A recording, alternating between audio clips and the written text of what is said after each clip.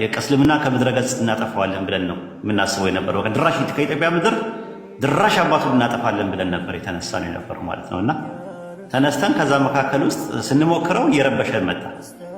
አንድ በርናባስ የሚባል ልጅ ነበር። እሱ ምን አለ፣ መሐመድን ዝም ብዬ ሳስበው የሆነ ነገር ወርዶለታል እንጂ ዝም ብሎ ኮረጆ ነው ምናምን ብዬ አላምንም አለ። ለምን እንደዛ አልክ ምናምን ስለው አይ በቃ የሆነ ነገርማ አለ። ይሄ ነገር እንዴት ቁርአኑ እኮ በጣም ሰፊ ነገር ነው የሚያወራው።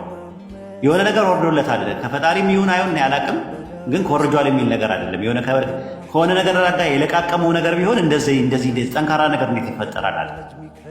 በዘመናት መካከል እስልምናን ለማጥፋት ከውስጥም የመናፍቃን ስራ ከውጭም የኩፋሮች ስራ በተጠናከረ ሁኔታ ተሰርቷል።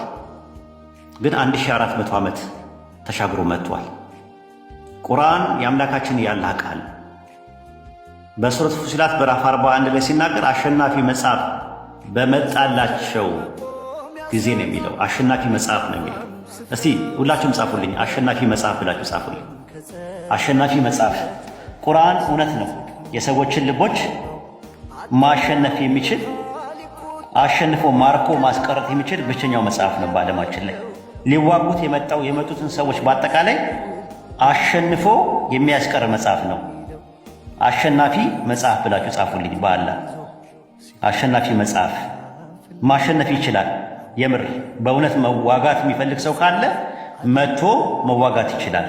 በሱረት ፉሲላት ምዕራፍ 41 ቁጥር 41 ላይ እነዚያ በቁርአን እሱ አሸናፊ መጽሐፍ ሲሆን በመጣላቸው ጊዜ የካዱት ጠፊዎች ናቸው ይላል። አሸናፊ መጽሐፍ የሚያሸንፍ ነው። የሰዎችን ልብ መማረክ የሚችል ነው። ማርኮ ማስቀረት የሚችል ነገር ነው ራሱ። እኔ እሱ ብቻ አይደለም አሁን ለእናንተ የተገረማችሁት። ኢንሻአላህ እውነት አንድ ሰው ውስጡና ውጪው አንድ አይነት አይደለም። እኔ ውስጤና ውጪ አንድ አይነት አልነበረ። እስልምናን እሳደባለሁ፣ እቃወማለሁ። ውስጤ ግን ሌላ ነው። የእስልምና እውነት እየገባኝ ነው፣ እያወኩኝ ነው ሳጠፋ የነበረው። መጨረሻ ላይ ውጬና ውስጤ ሲጋጭብኝ ነው ወደ እስልምና የመጣሁት። ይሄ ልጅም ተመሳሳይ ነገር ነው እየተናገረ ያለው።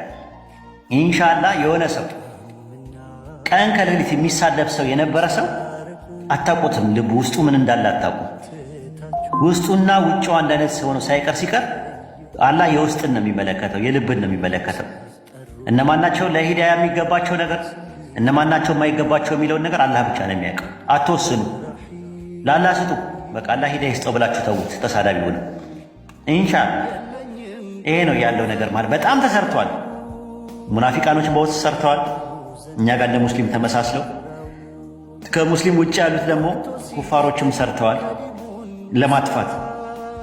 ኦሪየንታሊስቶች ወይም ደግሞ ሙስተሽሪቅ የሚባሉት መካከለኛው ጥንተ ነገር አጥኚዎች የሚባሉት ጭራሹን እየተማረኩበት ነው የሄዱት። ሚሽነሪዎች ብዙ ሞክረዋል። መካከለኛው ዘመን ተሞክሯል። ሲያቀታቸው ክሩሴድ ዋር የመስቀል ጦርነት ብለው አውጀውብን ነበር። የሆነ ሳለ እስልምና ከምድረ ገጽ መጥፋት አለበት ብለው 9 ጊዜ ጦርነት አድርገዋል። ተሸንፈዋል።